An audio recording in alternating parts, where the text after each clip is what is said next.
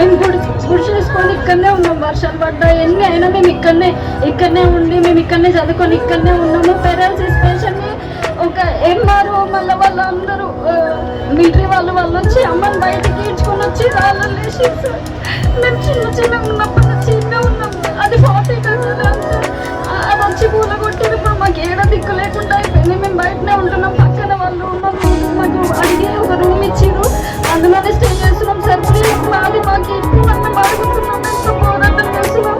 Sir వచ్చినందుకు sir కూడా మమ్మల్ని చూసిండు, ఇల్లు చూసిండు, అంతా వచ్చి అదంతా కూలగొట్టేసారు. మా ఇల్లు మాకు ఏమని మేము వేడుకున్నాం సార్. ఆమెను చూసాము, మాకు డాడీ లేరు, మేము ముగ్గురం ఆడపిల్లలము.